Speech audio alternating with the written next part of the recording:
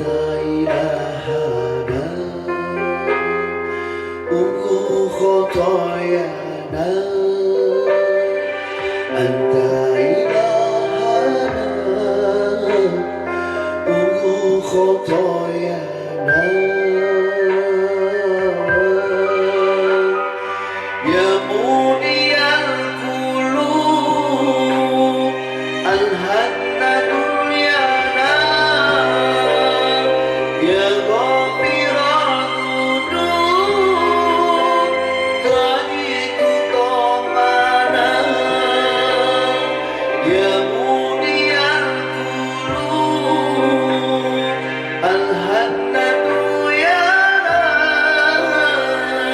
يا غافر الذنوب تجد طمانا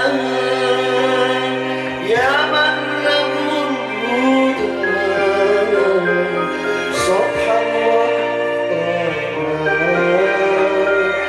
أنت إلهنا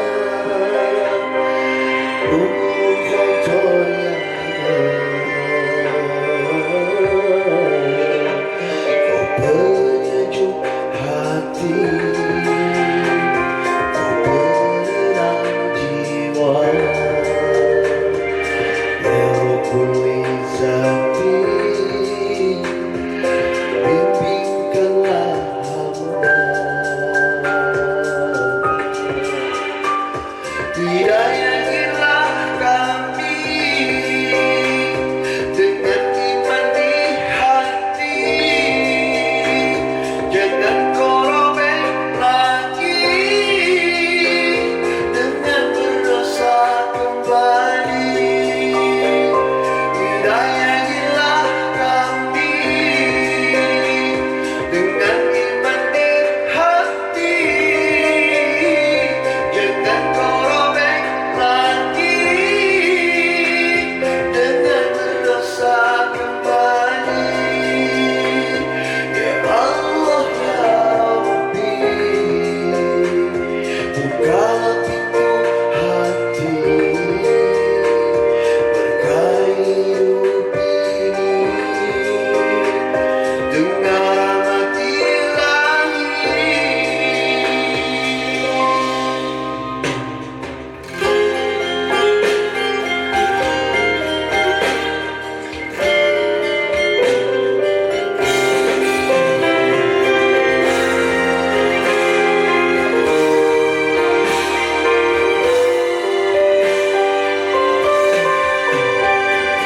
Karunaya hati lemah jiwa ini ku jauhkan diri dan tak akan lagi hidayahilah kami dengan iman di hati jangan kau robek lagi dengan berdosa kembali hidayahilah kami dengan iman di hati jangan kau robek lagi dengan berdosa kembali jangan kau robek lagi dengan berdosa kembali.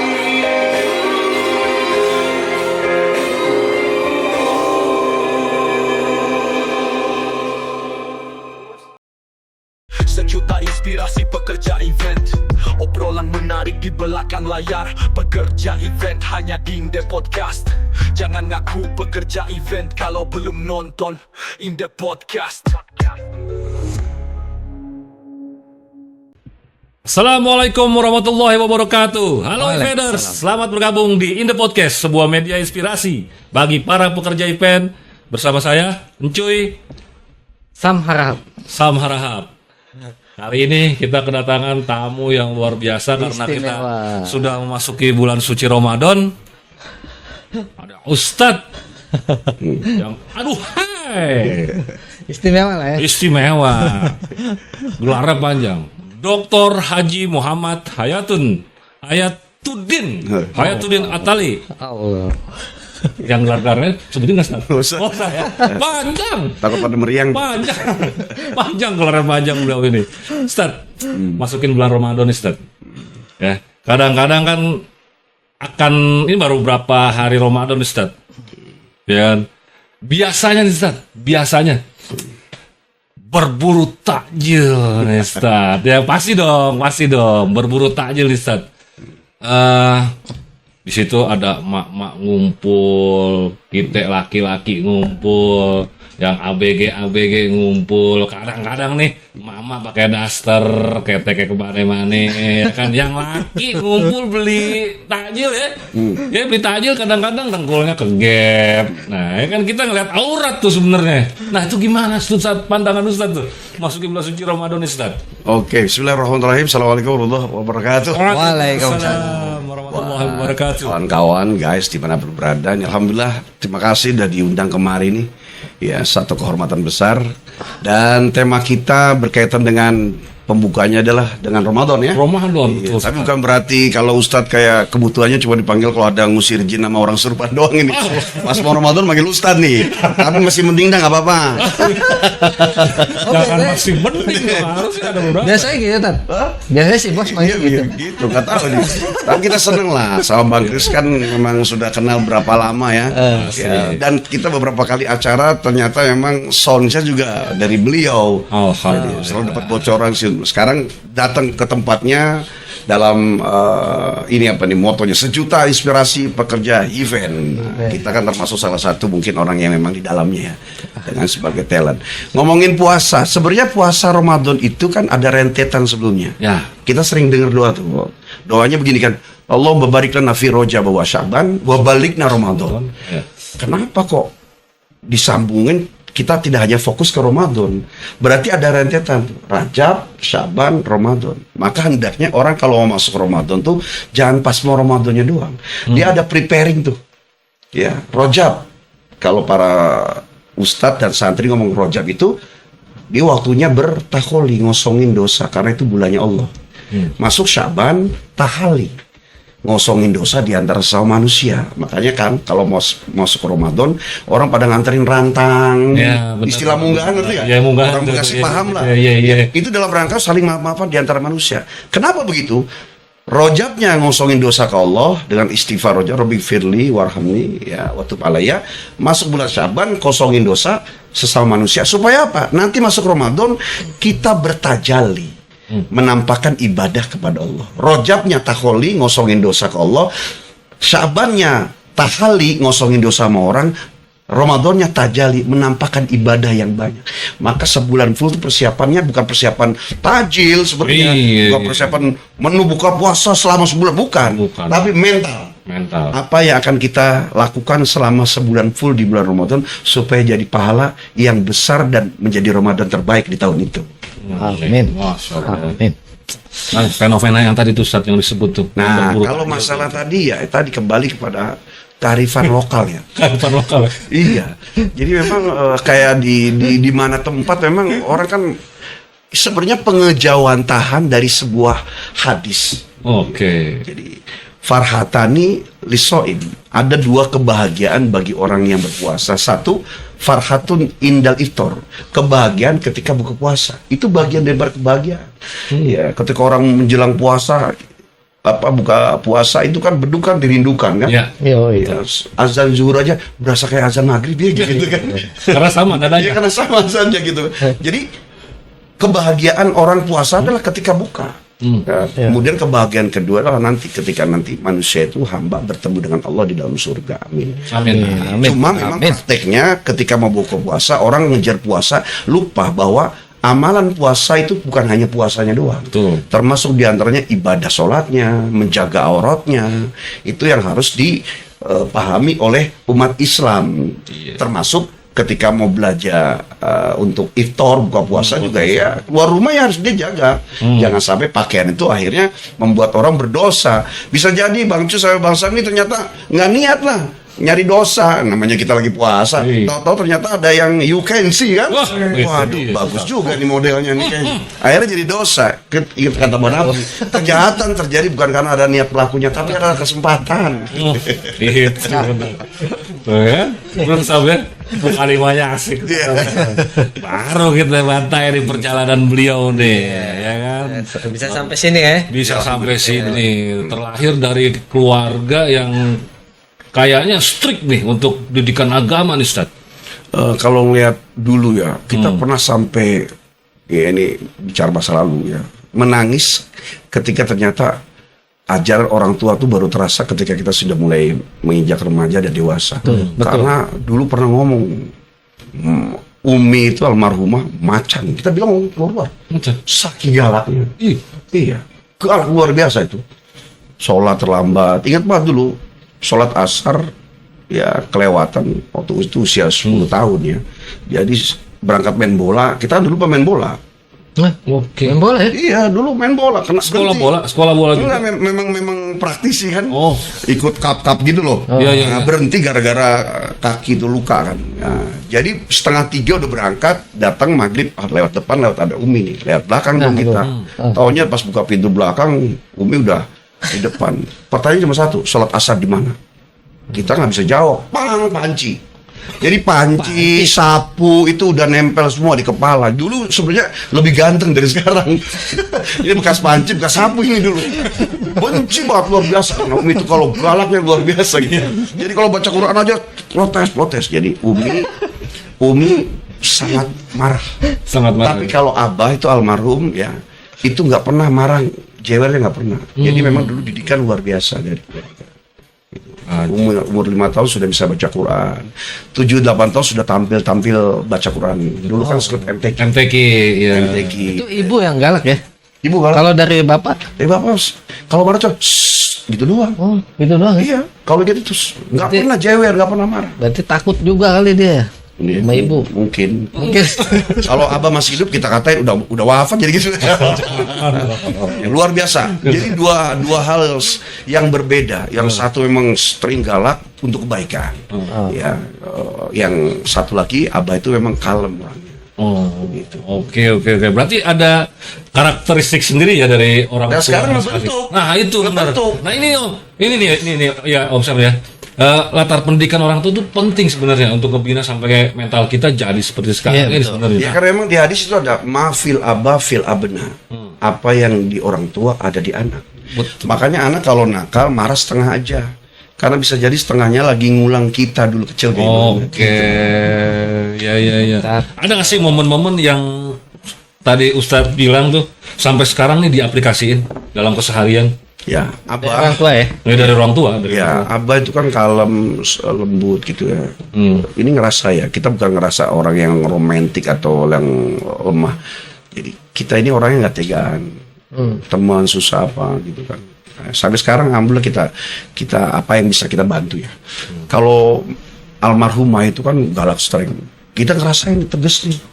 Ya, marah beda. Jadi marah tuh ada gitu. Kayak contoh ya. Kita ini selembutnya orang, tapi kalau lagi marah, terutama urusan sama yang kaitan dengan prinsip itu marah. Contoh kecil lah, Iya. anak buah ini kan 4, yang satu dari 98, yang satu lagi dari 2022, dari 2002, satu lagi 2003, kan udah lama. Ya. Kenapa masih nempel? Apa kita nggak pernah marah? Pernah marah. Contoh, udah siap rapi, mau berangkat, ternyata lihat mobil kotor. Teriaknya di atas, tuh mobil mau dicuci apa mau dibakar? Langsung pada nyuci. Tapi sebentar doang, 3-5 menit turun bawa bagi duit gitu. jadi dua hal terbalik. Makanya anak gua kadang, ini Abin lagi marah apalagi begitu. Oh, antara jebakan Batman sama Fulus ujungnya. Oh, Fulus. Ya, artinya kelembutnya Abah Iya. sama tegasnya orang tua tuh ada di kita. Ada di kita. Oke. Masih inget gak nih, Ustaz, momen-momen masa kecil ke Ramadan nih? Kita kan pasti punya cerita sendiri tuh di zaman Ramadan tuh. Ya, jadi dulu Ramadan tuh kan banyak di kampung ya waktu itu. Ya, 6 tahun di tempat lahir, 10 tahun hijrah ke kota. Di kampungnya di mana tuh? Dulu lahir di Ciledug, Cirebon. Oh, Cirebon. Ciledug, Cirebon. Ciledug, Cirebon. Ya, kabupaten ya. Terus 6 tahun tuh. 10 tahun di kota Cirebonnya, Cirebon Selatan gitu. Nah 10 tahun tuh kita Oke. ya banyak bergaul dengan ada Pak Camat, Lurah, karena usia kita kecil gitu sudah tampil-tampil, Iya, otomatis kenalnya sama Pak Lurah, Pak Camat, umur 8 tahun, 10 tahun udah main sama Pak Camat, Pak Lurah gitu. Nah, kalau pas puasa itu ya pas tetap namanya anak-anak ya, jalan main ke Setu, pingset, tahu kan pingset, pinggir Setu. Kira buat ini ya, yang buat ubahan gitu. Dulu tuh ngisi kekosongan tuh orang tua suka minta kan, coba cariin ubahan sambil nunggu maghrib gitu kan. Kita pinggir Setu, gitu, terus cari momen kan gitu, gimana caranya supaya minum tuh nggak ketahuan kayak gitu. Oh ada ya, kita juga sama tuh. Sama Punya rantar sendiri, ngumpulin makanan siang-siang, ya sambil palanya masuk, terus ngelip tuh beberapa gigitan. Kita sama. bener sama berarti ya. Ada momen puasa itu ada ya. Seru bener. Tapi kita nakal gimana? Orang tua suruh ngaji. Ngaji ya. Tiap hari ngaji itu. Guru ngajinya banyak. Habis pulang sekolah naik sepeda, jam 12 pulang, jam setengah 2 udah jalan lagi berangkat. Senin, Selasa, Rabu, Kamis, Jumat, 5 hari dengan 5 guru yang berbeda. Gitu. Jadi nakal, tapi masih takut sama sapunya orang tua. 3 hari sekali ganti sapu. Siapa itu Patah. Ajib, tapi dari degan itu kita kebina tuh. Iya, pengen dulu. Iya, bener. Galak banget, tapi pulang tuh males gitu. Iya, makanya pas giliran 20 tahun ini, kalau udah sedekah sama anak-anak yatim, nggak banyak ngomong, nggak ada tahlil segala macam. Anak-anak doainnya buat almarhum ini, beliau gini, langsung atas air mata. Iya. Ini loh, bahasa kita mah, ini loh Mi, ini loh Mah, gara-gara engkau ini, aku sekarang begini nih. Oh. Gitu rasanya. Biasa. Semuanya karena beliau. Nah, Ustaz, kalau dari runutan tadi nih, sejarahnya bisa menjadi pendakwah ini gimana nih, Ustaz? Oke, jadi sebenarnya kita nih darahnya bukan darah penceramah ya. Ya. Lebih mengarah seni ya. Karena dari kecil kan mainannya itu tadi, seni-seni. Iya. Makanya kenapa bisa ngarang lagu? Karena seni tadi. Meskipun setelah besar baru kita diajarin ada bahar towil, bahar basit, bahar kamil. Itu kita kan nggak bisa musik. Untuk bisa ngarang lagu kan harus bisa musik. Betul. Tapi dari santri itu gara-gara belajar bahar-bahar tadi, kita bisa ngarang lagu gitu. Ditambah kita juga mempelajari 7 lagu kiroat. Namanya dalam kiroat itu ada bayati, soba, sika, jiharka, nahawan, ros, sama hijaz. Gitu. Itu 7 lagu itu dari kiroat akhirnya muncullah semua seni di dunia. Oke. Selama ada senandung, ada melodi, ada irama, meskipun hanya gumawan, langsung bisa ketebak. Oh ini hijaz, oh ini bayati. Gitu. Ternyata emang cikal bakal seni itu dari Akarnya di situ ya. Quran sebetulnya. Iya. Makanya kita bilang sama ibu, Bu, punya anak pinter nyanyi, bakat nyanyi. Kalau nyanyinya mau bagus, hebatkan dia Qurannya sama ilmu qiraatnya, insya Allah nyanyinya lebih bagus lagi. Do re mi fa sol la si do tuh konon katanya begitu dari sana. Iya. Dari Arab gitu. Do, re, mi, Tapi fa, sol, la, si, didukung do. ya. Oh, di dunia musik didukung ya. Jadi awalnya kita sebenarnya bukan penyanyi. Oh, bukan. Bukan penyanyi, bukan penceramah, bukan penyanyi. Hanya karena sebab dulunya kita orang panggil kori ya. Ya, kori. Kori. Kan Susah banget Quran ya, itu kan betul. belajar kan susah. Pertama punya napas panjang. Kemudian harus fathah kasrodoma. Kemudian setiap huruf itu dia harus tahu dari mana gitu kan. Belajarnya susah. 6 huruf di tenggorokan, hamzah, ha, kho, ain, khoin, ha. 2 huruf di pangkal lidah, qof, kaf. 4 huruf di tenggorokan, di tengah-tengah ada jim, shin, ya, dot. 3 huruf di ujung lidah bagian atas tadal, to. 3 huruf di ujung lidah bagian depan tadal, do. 3 huruf di ujung lidah bagian bawah, selesai, sin. 3 huruf di ujung lidah bagian sayap kanan kiri, lam, ro, nun. 4 huruf di bibir, ba, fa, mim, waw. 2 huruf di hidung, nun, mim. Itu kan susah. Ternyata mampu kita lahap. Benar-benar. Mampu kita lahap gitu. Ya, ternyata pindah ke lagu yang cuma modal kita bagaimana ya, tinggal belajarnya supaya nggak kelihatan kiroatnya gitu kan. Iya. Kalau dari nyanyi dari ngaji langsung ke kiroat, langsung ke nyanyi, cekok-cekok ngaji masih ada, maka belajarlah tuh pelan-pelan mulai. Jadi kita memang bukan penceramah dulunya, kita juga bukan penyanyi, hanya karena sebab dari kiroat yang diajar guru pertama adalah almarhumah ibu sendiri. Ibu sendiri. Dia juara 1 MTQ Provinsi Jawa Barat. Allah. Luar biasa ya. Allah. Gila. Nah, Ustaz, definisi dakwah menurut Ustaz sendiri seperti apa, Ustaz? Ya, dakwah itu kan maknanya beda-beda ya. Seperti menurut Sunan Wali Songo itu ad-da'watu ya ad-da'wa ila ta'am. Dakwah sebenarnya adalah ngajak orang makan. Dakwah itu ngajak orang makan. Ya dasarnya. Dasarnya tuh. Iya. Sunan-sunan tuh mangan pada makan. Nanti besok lagi makan lagi gitu. Nah akhirnya umat tahu setiap jam segini hari ini Sunan pasti kasih makan. Setelah mereka tuh rutin intensitasnya datang, barulah keluar satu ayat satu hadis. Maka bagusnya memang seorang dai itu memang harus kuat ekonomi gitu. Oke. Bang Kris ini ada modal untuk jadi seorang dai lewat ekonomi. Maka keluarlah sejuta inspirasi pekerja. Ajib. Contoh. Nggak apa-apa ya. Orang ceramah nih, 1 jam, paham. Ngerti Pak Kiai. Setelah ceramah, Pak Kiai lapar. Aduh maaf, saya nggak punya makanan. Yang 1 jam itu gak kedengar semua, hilang semua. Kenapa? Perut lapar. Orang berantem juga gak perut lapar gitu. Tapi kalau dia ekonomi kuat, ceramah 1 jam, paham gitu, pakai lapar, makan. Mulai kemana dia? Ruhnya dikasih makan, perutnya juga dikasih makan. Oh benar. Kalau udah perut udah aman, semua aman. Maka tuh sama ada istilah tuh, gara-gara perut lapar orang bisa ngebunuh orang. Yang terjadi saat ini kan, yang terjadi saat ini kan gara-gara perut lapar. Bener. Dan biasanya maaf orang perutnya lapar galak. Itu dia. Tapi kalau udah kenyang, Ustaz. Lah iya, blow on. Apa yang mesti dilakukan nih sama pendakwa nih, Ustaz? Jadi kembali ya. Jadi Zaman sekarang dakwah itu kan menurut Sunan adalah ngajak orang makan. Kembali kepada dasar. Dakwah itu asal katanya kan da'a yad'u da'watan fahuwa da'i. Mengajak. Namanya orang ngajak tuh tidak nyuruh. Ya. Berarti dia ikut di dalamnya. Kalau dia nyuruh sholat, dia juga sholat. Dia sedekah, dia juga sedekah. Nah, ada SOP-nya dalam dakwah. Ya, ud'u ila sabili rabbik bil hikmah wal mau'izatil hasanah wajadilhum billati hi ahsan. Jadi ada 3 SOP. Orang dakwah, 1 dengan hikmah, kedua dengan nasihat, ketiga dengan diskusi gitu. Jadi kalau ini kayaknya orang nggak bisa nih pakai hikmah, harus pakai diskusi lah. Ini orang kayaknya ngajak debat lah dengan baik gitu loh.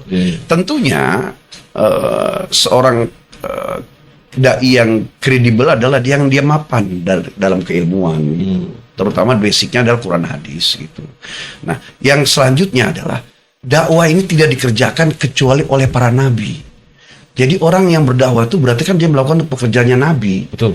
Nah, karena Nabi nggak ada, maka dilanjutkanlah oleh ulama atau dai. Al ulama warasatul anbiya. Ulama pewaris para nabi. Nah, karena sebab ini kerjaan Nabi, maka hargailah dan banggalah sebagai orang yang mengajak orang. Dibutuhkan ketulusan dalam berdakwah. Orientasi pertamanya adalah mengajak orang ingat Allah dan pada nabinya. Perkara ternyata ada rezekinya itu efek dan impact. Tapi kalau dia niatnya memang dakwah itu untuk cari uang, masalah dimulai. Gitu. Ya. Betul. Masuk akal sih, benar. Tapi banyak yang begitu, enggak ya? Ya mudah-mudahan tidak. Ya mungkin. Enggak, insya Allah. Kalaupun ternyata memang harus begitu, mudah-mudahan mereka menyadari. Mumpung di sini nih. Mumpung di sini kita kan suka ngingetin juga teman-teman yang mereka punya rap. Karena betul. Ada pemahaman gini. Ada sebuah ajaran, apa saja yang didapatkannya ilmu itu dari belajar itu profesi. Gitu. Contoh, mancing ada sekolahnya nggak? Nggak ada. Berarti bukan profesi. Ngebeca ada sekolahnya nggak? Nggak ada. Berarti bukan profesi. Nah sekarang kayak ada orang belajar dakwah. Ada sekolahnya nggak? Ada. Sebagian menyebutkan bahwa dakwah itu profesi. Bagi saya pribadi, dakwah bukan profesi. Dakwah itu panggilan. Wah, ini cakep. Ini non mati ketemu tak? Mantap jadi. Bukan mantap lagi. Mantap bener. Nah, paham Ustaz. Ini kan ada pendakwa yang pasang harga gitu kan. Terus salah ngomong gak sih? Enggak apa-apa. Ini bagus nggak apa-apa. Itu niatnya tuh wah karena duit gede nih kan. Kesan wah. Aneh duitnya nggak ada nih. Kan nggak mau lah gitu kan. Nanti gimana tuh? Nah, ini kita juga PR nih buat terutama saya pribadi ya, sebenarnya memang menyayangkan ya. Kita juga bukan berarti ngomong begini merasa paling baik, paling soleh. Karena Allah Maha tahu kekurangan kita di mana sebagai dai ya. Kalaupun yang manggil ustadz kan sebenarnya umat. Yang manggil kiai itu umat. Tapi kita mengaku bahwa kerjaan aktivitas sekarang adalah dakwah, orangnya dai. Menyayangkan. Karena terutama para dai ini kan sebenarnya dulu udah pernah capek nih nyantri kan. Nah, sehingga merasa bahwa ini adalah sekarang masanya saya untuk menikmati hasil. Sehingga akhirnya menjadikan bahwa dakwah sebagai ladang. Gitu. Padahal sayang banget. Kalau bahasa kita sama kawan-kawan, kita ini ustadz nih sayang banget loh. Sholat banyak di perjalanan, akhirnya jadi Jeko. Ada orang dipanggil Ustadz Jeko. Ya Ustadz Jamak Kosor. Jadi kemana-mana Jamak Kosor. Sampai di Mekah masih Jamak Kosor juga, sayang gitu. Sholatnya Jamak Kosor, puasanya Ramadan doang, sedekah banyak yang dikasih amplop. Haji juga biayanya dibayari sama travel. Sayang loh, nggak ada yang memang betul-betul dari dirinya, terbatas. Nah, tinggal satu-satunya bekal seorang dai apa? Ya dakwah. Jangan diduitin lagi maksudnya. Iya, gitu. Ajib.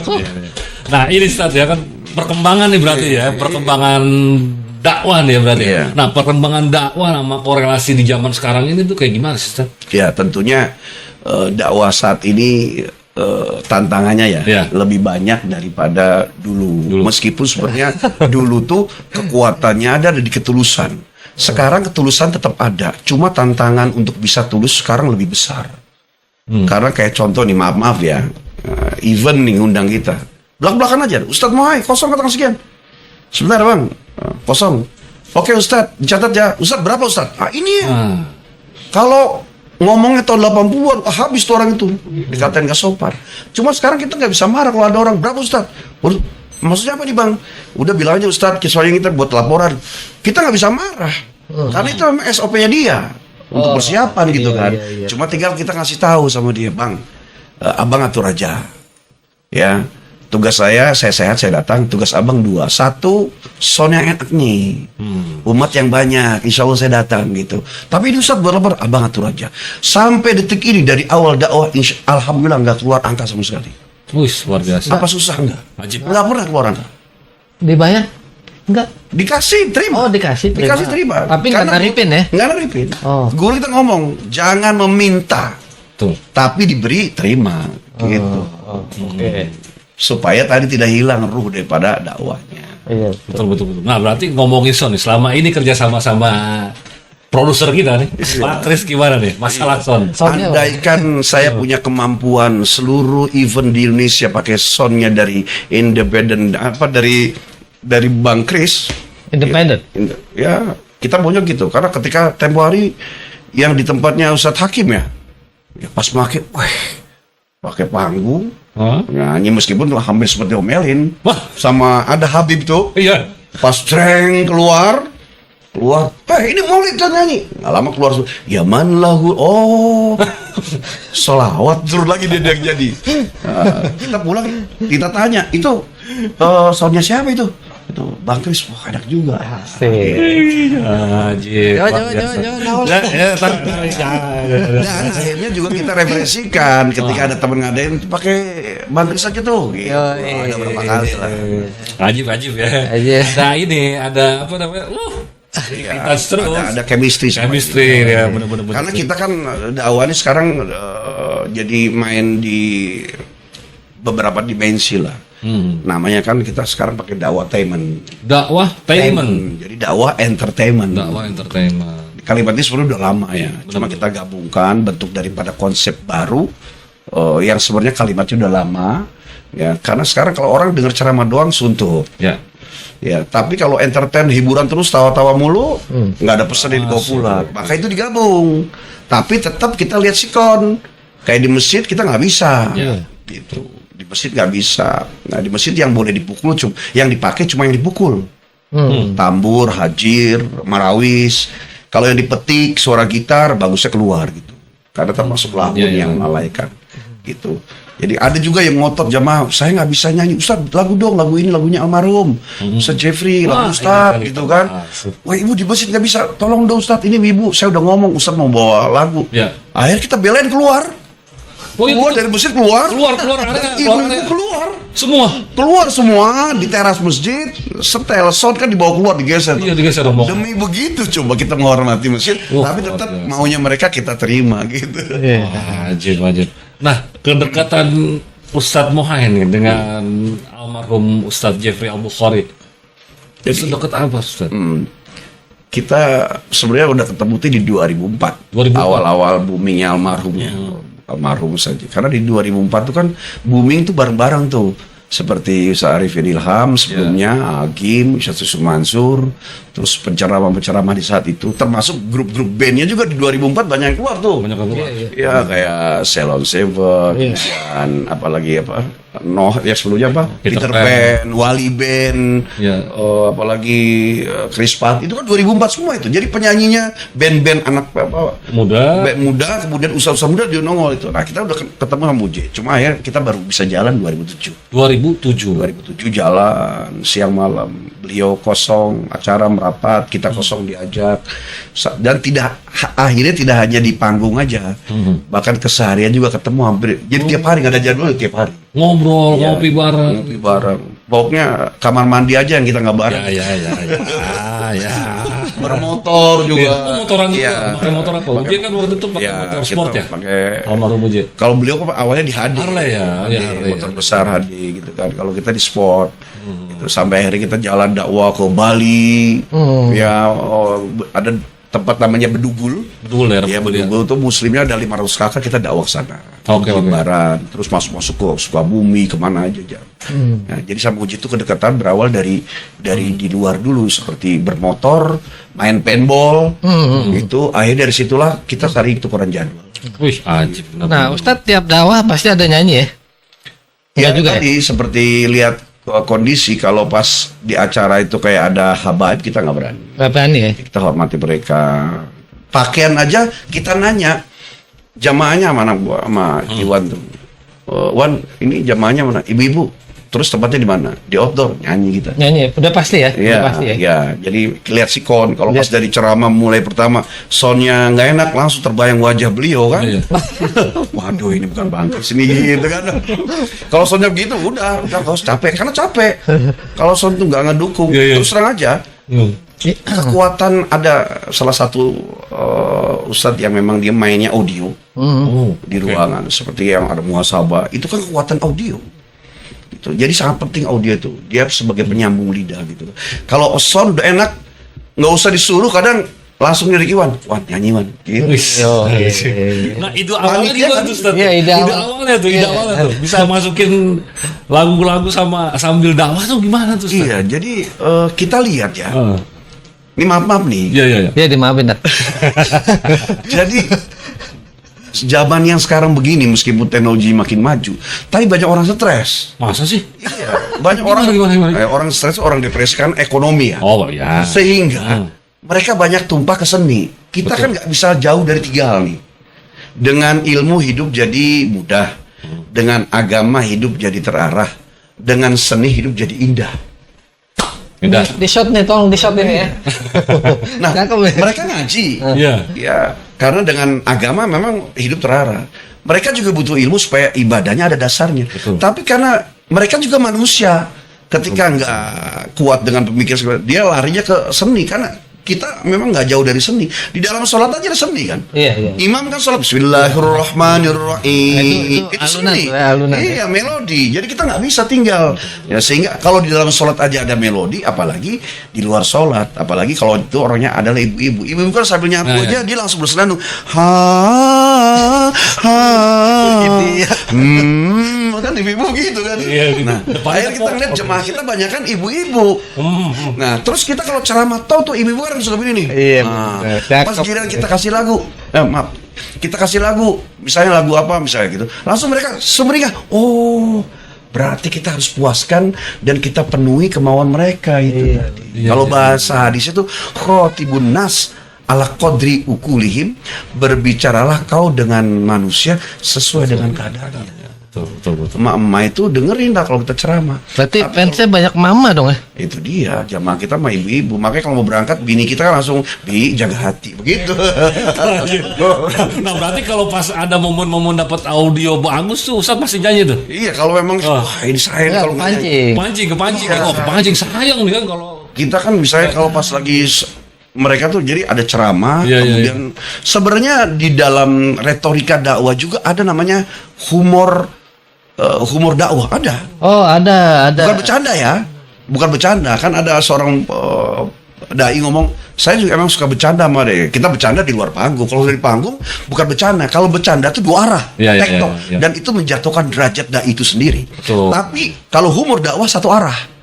Ketika lagi ceramah, jamaah udah mulai sunduk, suntuk, tunduh, ngantuk.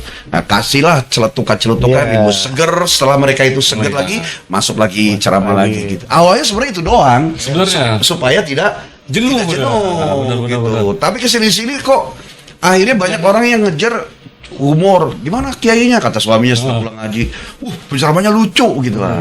Nah, kita tidak mau begitu, jomplang. Kita Iya. mau seimbang. Bahkan tidak keluar dari nilai dakwah itu sendiri. Betul. Ya, humor itu hanya sekedar pengisi. Nah, dengan adanya dakwah temen kita bagi dua.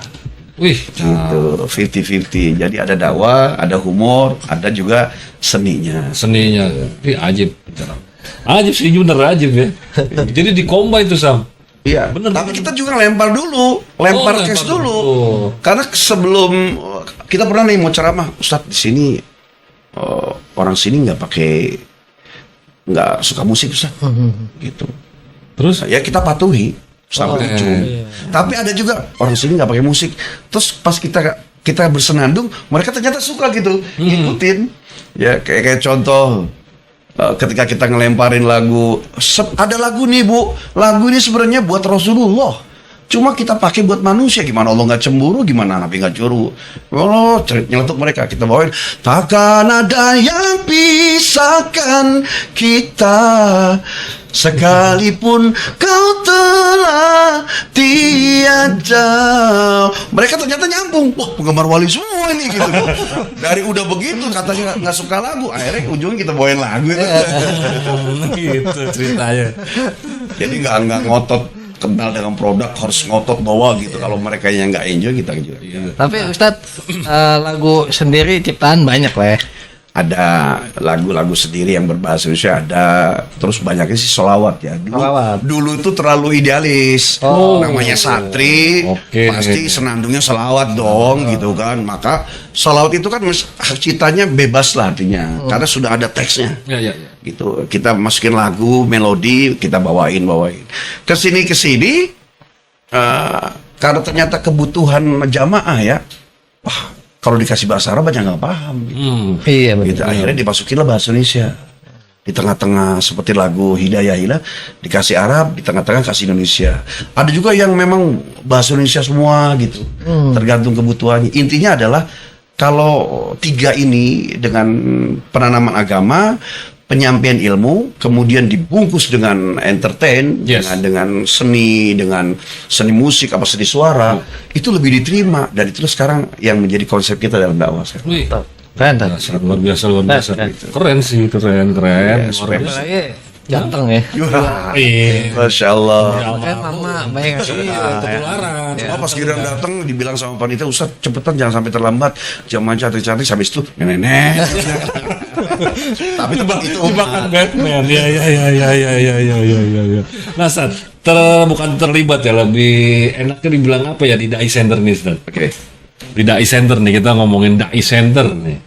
Isinya pasti banyak tuh ya. Iya, jadi sebenarnya dalam Islam kan sebenarnya nggak ada kebetulan. Iya. Kita kan suka ngomong tuh, kebetulan saya udah jadi RW 10 tahun, loh jadi RW kok kebetulan. Itu kan memang Allah yang angkat ya. Iya. Kebetulan tadi mau kesini ketemu Pak RW, enggak ada. Daun jatuh dari rantingnya, angin berembus, itu semua diatur oleh Allah. Nah, ketidaksengajaan iya. Jadi awalnya ngumpul, akhirnya terbentuklah kalimat Dai Center. Gitu. Isinya ustadz-ustadz yang memang biasa nongkrong di TV. Oke. Ya, Ustadz Zaki Mirza, Ustadz Kokolim, terus Ustadz Aswan Faisal, kakaknya almarhum Ustadz Jeffrey, termasuk di antaranya Ustadz Jeffrey Bukhari, Ustadz Bucep, Ustadz Uyat Al-Bantani, Ustadz Fiki. kemudian juga Habib Fakhri, Ustaz Solmed, dulu masih panggilnya Ustaz Soleh Mahmud, ya Ustaz Soleh gitu. Nah nama-nama itu pun Uji yang kasih tuh. Oh ya. Iya, Uji yang 2008 kasih. waktu itu baru Damai Indonesiaku yang pertama perdana, gitu. Solmed ya, asalnya Soleh Mahmud. Soleh Kalau Mahmud. ngikutin tulisan Solmud harusnya. Kalau tulisannya Soleh Mahmud jadi Solmed. Ejaan Masuk lama tuh ya. booming tuh. Ustadz Buya Cep jadi Ustadz Bucep.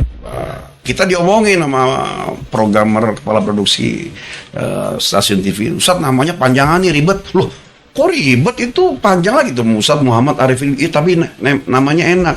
Gitu. Ustadz namanya ribet kan tadinya hampir salah tuh Iya. ayat tuh. Muhammad. Ayat keluar musyawarah beberapa orang termasuk diantaranya David Halik tuh. Oh, Ya, keluarlah nama dari Muhammad Hayatuddin jadi Mohai. Mohai. Gitu, jadi singkatan. Uji yang kasih tuh. Ujek, almarhum Ujek. Makasih ya. Iya.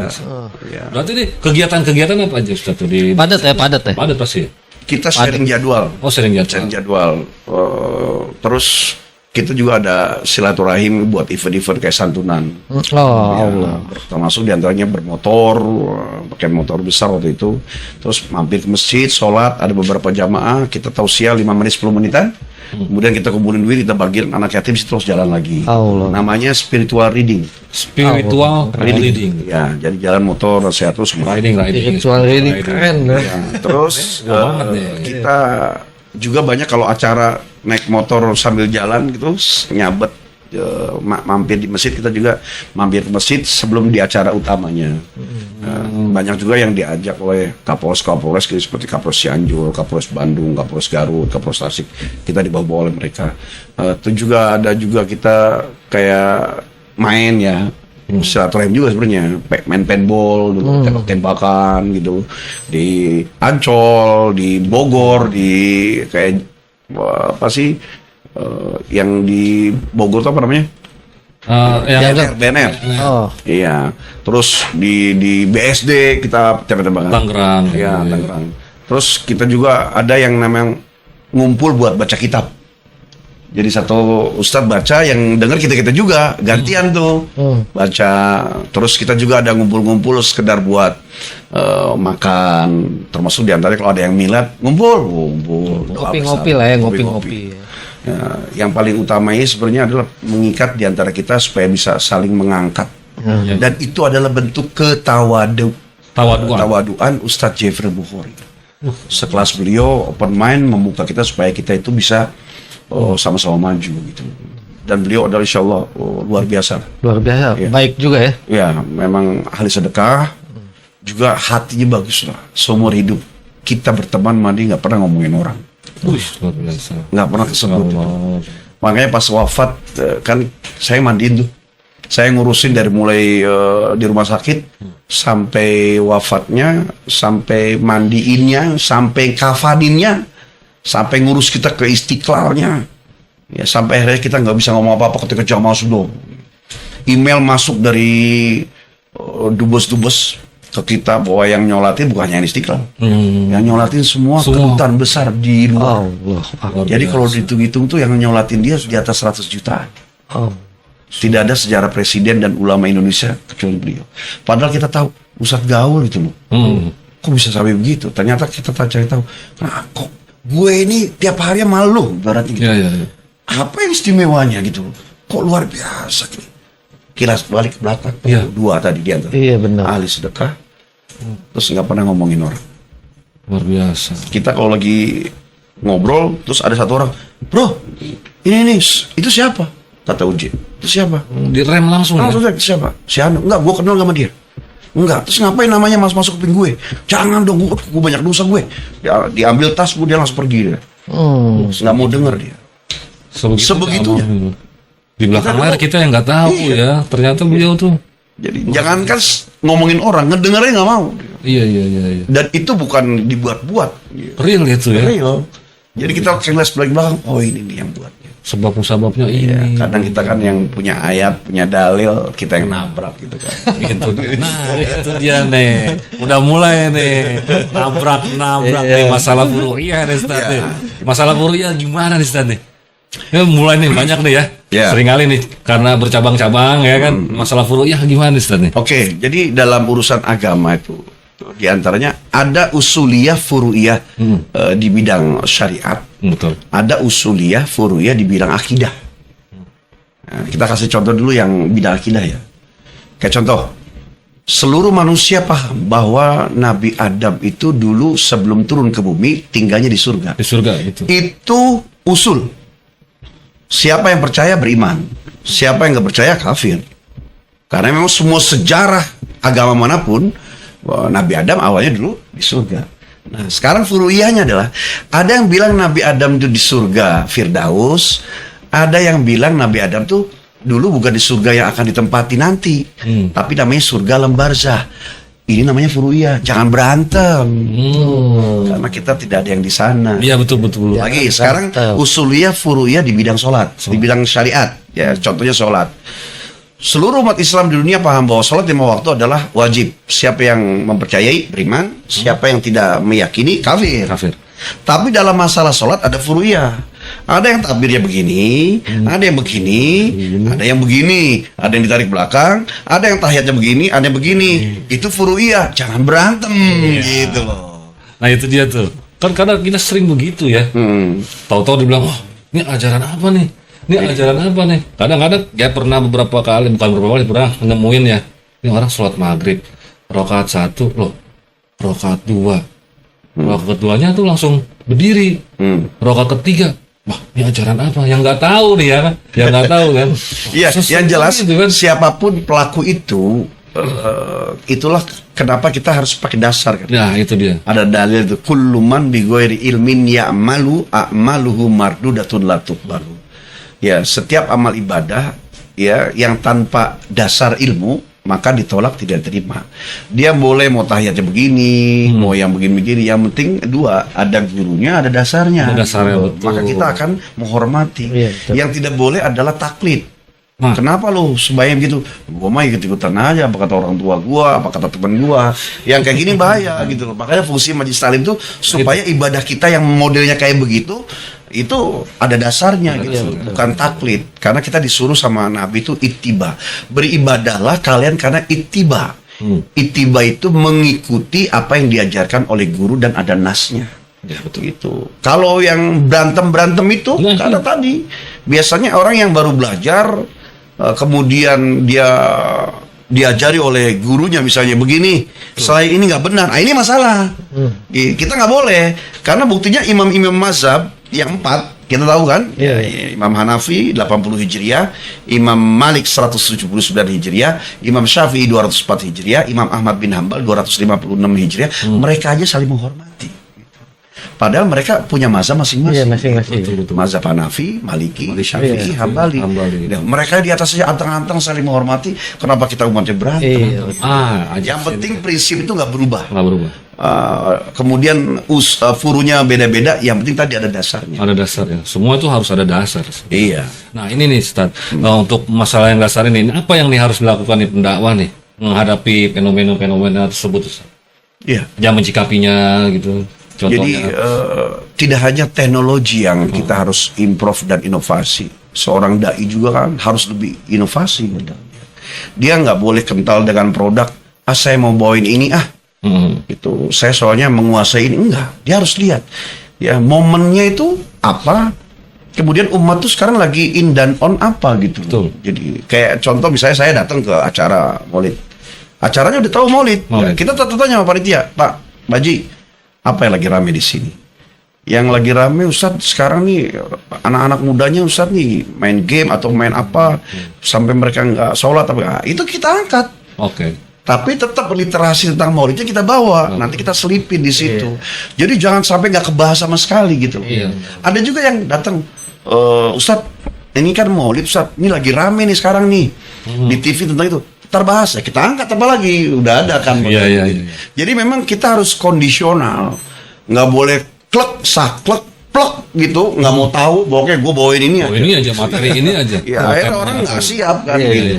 Termasuk seorang dai ketika dia tampil dimanapun memang harus sering baca. Betul. Apalagi kalau saya memang dasarnya backgroundnya adalah guru juga, dosen juga kan.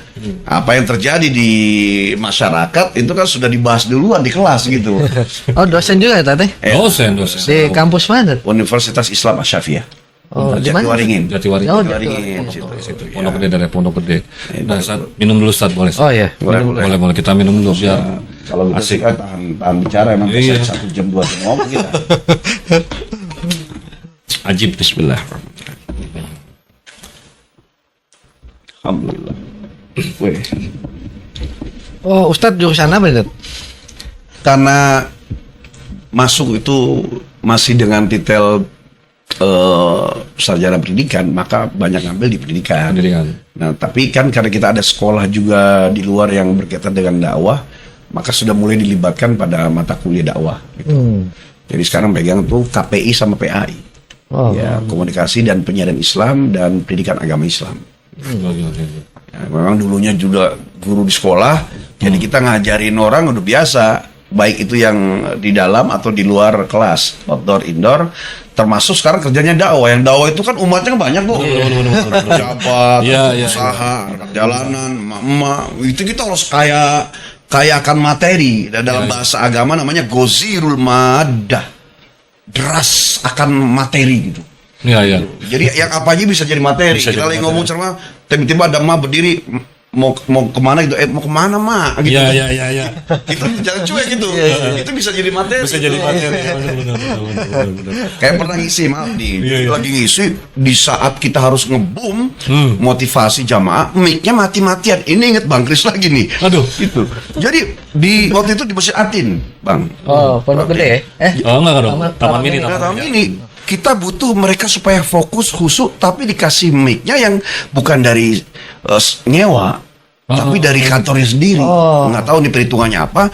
Kita udah bilang tolong audionya nyewa ya. Saya nggak mau audio yang ini, saya mau yang soalnya ini 2000 orang nih gitu kan. Ketika lagi push pet mati, kita pegang mic lagi. Halo. Cek. Jadi kita sambil tetap ini jalan, kita cek loh, dipilih begitu.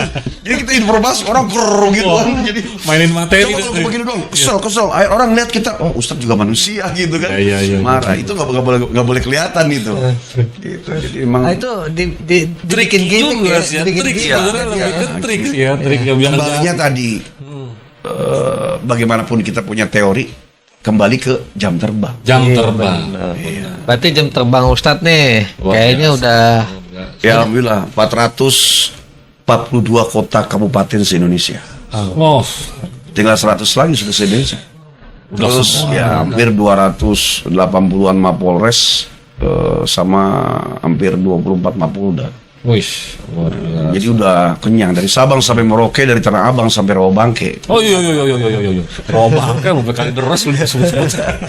itu ke Polda, ke polisian sering nggak? Iya, jadi kita kan maaf nih bang polisi nih ya, kita ngomong nih. Jadi, Ya mudah-mudahan banyak yang kalau ada yang TR-nya belum turun, Oh iya. kan galau tuh.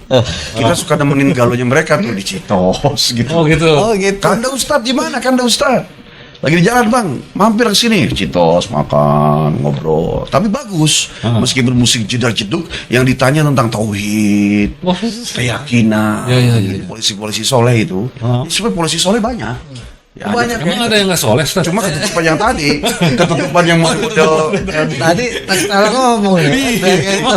Emang ada kan nanya ada. kan setiap Iya. personal tuh setiap komunitas adalah Ada. Iya, pasti ya. Ya, orang ulama juga terbagi dua. Iya. Ada ulama soleh, ada ulama su gitu kan. Artinya kita lagi ngomongin ulama soleh nih, apa polisi soleh gitu kan. Ustadz bener dateng. Nah ketika turun TR, Ustadz turun TR saya. Di mana bang? Dapat di Luwuk. Wah berangkat kita, berangkat Sertijab, berangkat ceramah di sana. Ajib. Jadi berawal dari situ, akhirnya kita berangkat nemenin polisi-polisi itu. Dari mulai mereka tuh di AKP ya, kemudian sampai Kompol, sampai AKBP, Kombes, Bintang 1 itu kita temen-temen gitu. Awalnya dari situ. Nah ini Ustaz nih. Tadi kan udah dari instansi-instansi nih. Nah cara masuk nih ke ranah anak-anak muda nih Gen Z atau strawberry lah bahasanya sekarang strawberry ya. Gimana tuh Ustaz? Penilaiannya gimana tuh anak-anak Gen Anak Z sekarang, strawberry Gen itu Z, kayak Gen Z. gimana tuh? Jadi memang supaya bisa masuk, ya berarti kita ada yang bawa dulu ya. Ya kembalilah setiap kita tuh butuh promotor ya.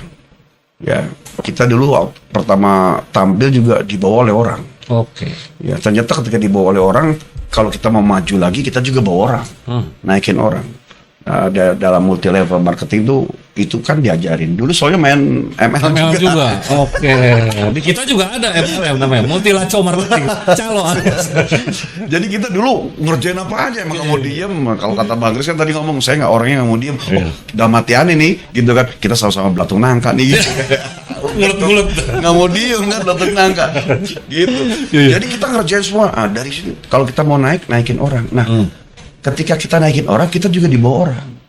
Dibawa orang, masuklah ke mereka. Nah, untuk bisa mengambil perhatian anak-anak sekarang, kita terus terang aja kekurangan literasi. Kalau kita itu kurang baca, kurang lihat, ujung-ujungnya kita juga ngelarang anak-anak supaya jangan banyak lihat sosmed, karena kita berkaitan dengan mereka, kita juga dituntut harus tetap melihat perkembangan. Perkembangan yang paling sangat lompat-lompat, sosial media. Sosial media mempengaruhi betul-betul. Jadi media TV tetap bagaimanapun kalah sehari sama sosmed, ya sama sosial media, tetap dia tidak terkalahkan. Cuma kalau sudah berkaitan dengan keumatan, kita harus melek mata bahwa mereka nih luar biasa ya, energiknya anak-anak sekarang itu. Duduk di sini anak umur 10-12 tahun, ngomong sendiri, nggak tahu temannya yang satu ada di Italia, yang satu ada di Prancis gitu. Anak lu mana bro? Di dalam lagi apa? Biasa ngobrol. Rame banget lagi ngobrol. Sendirian. Nah itu lagi teman-temannya udah tuh Italia, Prancis, dan dia ngomong pakai bahasa Inggris gitu. Kita ini kan dulu ngirim suratnya 2 minggu. Asal tukang pos lari. Wah, buat mama nih, buat ini kan. Nyampe nya kadang-kadang kita tungguin nyampe Sekarang dari Amerika nyampe langsung sekian detik. Artinya kalau kita tidak begitu, kita ngomong depan orang nggak didengar. Ya ini orang Ustadz jadul nih. Iya benar-benar. Akhirnya kita ilmu nggak keluar semua. Nggak nyampe karena terhalang oleh keterbatasan kita. Maka kita harus pelajari bahasa anak-anak itu. Iya betul. Bahasa anak-anak sekolah. Kalau kita sama anak-anak motor, bahasa anak motor. Gitu. Ketika kita ngomongin depan ibu-ibu, ya bahas tentang keseharian mereka, tentang harga beras, harga ini segala macam. Ustadz ikutin tuh ya semua ya. Ikutin semua. Semua ya. Itu. Nah, cara membatasi sosmed itu Ustaz gimana Ustaz? Iya. Cara membatasi ya begini ya, takutnya melewati batasan-batasan yang hubungannya sama keagamaan. Ini yang sekarang para dai Itu. jadi PR. Ini. penting. Ini penting soalnya. Jadi dulu anak nggak keluar rumah, insya Allah soleh. Betul. Sekarang anak nggak keluar rumah, belum tentu soleh. Karena semua yang di luar ada di dalam handphone dia. Iya benar. Dulu anak nggak keluar rumah, ya insya Allah anak baik. Mana si Joni tuh sama si Mamat di kamar, orang tua alhamdulillah aman dah. Sekarang anak umur 15 tahun laki-laki berdua di kamar berjam-jam, ngeri. Iya. Tahu lagi ngapain berdua? Kayak kemarin itu ketahuan orang umur 20, yang satu umur 19, laki-laki dua-duanya tengah hari bolong habis sholat zuhur di masjid, nggak pakai pakaian. Coba itu kan luar biasa, ditabrak semua. Jadi PR kita adalah mengajari kepada orang tua bahwa ya teknologi ini seperti pisau yang tadi kita bahas. Betul. Dipegang sama tukang sayur buat motong kol, timun, apa buat motong sayur-sayuran. Dipakai sama penjahat ya buat motong orang, buat mutilasi orang. Jadi bukan teknologinya yang harus dibatasi, karena itu terus seperti air terjun ngalir gitu, nggak bisa dibatasi gitu loh. Karena ini memang belanjanya orang-orang luar. Mereka yang dari dari Israel, dari Amerika, gimana caranya supaya dagangan kami laku, karena mereka adalah ekonomi dunia. Otaknya semua di Israel. Gitu. Iya, makanya IQ orang bodohnya aja 170. Bodohnya aja. Orang kita paling pintarnya 170. Udah profesor tuh. Ya, survei itu membuktikan, kita baca nih. Ya, dari 1 juta penduduk Indonesia yang menjadi doktor S3 cuma 60 orang saja. 1 juta penduduk India yang menjadi doktor 123 orang saja. Dan 1 juta penduduk orang Amerika yang menjadi doktor S3 165 orang saja. Dari 1 juta penduduk orang Jepang yang menjadi doktor S3 355 orang saja. Tapi dari 1 juta penduduk Yahudi Israel yang jadi doktor itu S3 5.000 orang. Jauh bedanya. Jadi Amerika itu kalau mau mendirikan perusahaan, nggak usah naruh 2 orang Yahudi, cukup 1 orang Yahudi jadi dirut, maju perusahaan itu. Makanya produknya tadi jadi kayak iklan kita, kayak Coca-Cola. Kemudian Coba-coba ya. Coba-coba ya. Iya. Coba-coba ya. kali aja jadi sponsor ya. Coca-Cola, Intel Pentium, Microsoft, Google, Yahoo itu kan keren semua. Jadi siapa itu Israel? Amerika kecil. Siapa itu Amerika? Israel besar gitu. Jadi kepalanya Israel, kakinya Amerika. Gitu. Semua dipegang sampai kemari. Nggak bisa dibendung itu. Yang harus kita bentengi adalah personalitinya dengan Nah ini agama. peran Ustadz nih ya. Ya. Peran Ustadz di Peran sini penting nih. nih, Besar nih ya. Jadi roh, batin, jiwa itulah yang harus dibentengi dengan agama. Iya, betul. Biarin orang itu mau jualan apapun silakan. Yang penting tadi yang menerimanya bagaimana gitu kan. Jadi sekarang ngeri anak-anak kita ini keduluan yang di luar masuk sebelum kita ajarin Iya kecolongan. benar. Nah, dulu tuh kalau Nabi Muhammad ngajar anak-anak atau usia-usia remaja itu seperti apa sih, Ustaz? Ada kisah nggak yang bisa menjadi inspirasi untuk anak-anak yang di sekarang atau yang strawberry sekarang tuh biar biar bisa ngedenger Iya, nih. benar. Iya. Ini loh yang harusnya lu patut ikuti gitu alurnya, bukan tren yang lagi happening sekarang gitu. Oke, ini agak sedikit literasi panjang nih. Oke, Bu ya, Jadi, nggak apa-apa. ketika seseorang kita tanya nih, Iya. Bang, lagi ngapain Bang? Ini siap Ustadz lagi ngerjain sesuatu mau buat investasi 5 tahun. Wih, luar biasa lu. Keren Bang, udah ngomongin 5 tahun ke depan. Ya Ustadz, main. Ketemu lagi besok. Bang, lagi ngapain? Ini Ustadz nabung investasi buat hari tua. Luar biasa. Abang masih muda udah mikirin tua. Berarti lebih cerdas dari yang pertama dong. Yes. Terus ketemu lagi. Bang, lagi apa Bang? Ini Ustadz dah lagi ngumpulin bekal lah buat hari akhirat. Ini paling cerdas. Yang tadi buat 5 tahun, yang tadi buat masa tua. Ini orang masih di alam dunia, dia udah mikirin untuk keselamatan di alam akhirat. Jadi orang yang cerdas adalah yang mikirin akhiratnya. Gitu loh. Nah, ini harus digaungkan kepada khalayak. Ya. Yang kedua, Nabi punya 2 kelompok sahabat. Ya. Jadi pengikut Rasulullah tuh selama 23 tahun tuh 124.000 pengikut. 22 tahun atau 23 tahun, kiai mana di dunia yang bisa nyetak santri 124.000? Nggak ada. Kecuali Rasulullah. Nah, kita sahabat paling berapa orang sahabat kita? Coba hitung. Nabi punya sahabat 12.000 sahabat. 12.000. Yang kualitas sahabatnya seperti Khulafaur Rasyidin yang 4. Tetapi kelompok sahabatnya terbagi 2. Ada sahabat kibar yang sebaya. Sebanyak. Umar bin Khattab beda 13 tahun. Abu Bakar Siddiq beda 3 tahun lebih muda. Utsman bin Affan beda sekian belas tahun sama Rasulullah. Sama Ali beda sekian tahun gitu kan. Terus Nabi punya kelompok namanya sahabat Sigor. Sahabat Sigor itu sahabat muda. Nabi umurnya 55, 58. Nabi punya kelompok sahabat usia 10, 12, 13, 16. Tapi jangan salah. Ya, yang nyebarin hadis sampai sekarang itu bukan sahabat kibar, bukan Khulafaur Rasyidin, bukan Abu Bakar, bukan Umar, bukan. Yang menyebarkan hadis-hadis sebanyak 72% ke seluruh penjuru dunia adalah sahabat Sigor yang usia belasan tahun. Belasan tahun ya. Jadi sebenarnya anak-anak Gen Z, Gen milenial sama strawberry ini punya aset kalau kita ngebimbingnya gitu loh. Syubanul yaum rijalul ghad. Pemuda hari ini, remaja hari ini menjadi pemimpin di masa datang. Jadi pejabat ini jangan hanya mikirin ekonomi saat ini doang, memikirkan juga tentang batin untuk Indonesia di masa mendatang, karena mereka nanti yang memimpin 20-30 tahun Indonesia ke depan. Iya betul. Kalau cuma masa jabatan 5 tahun doang terlalu pendek gitu loh.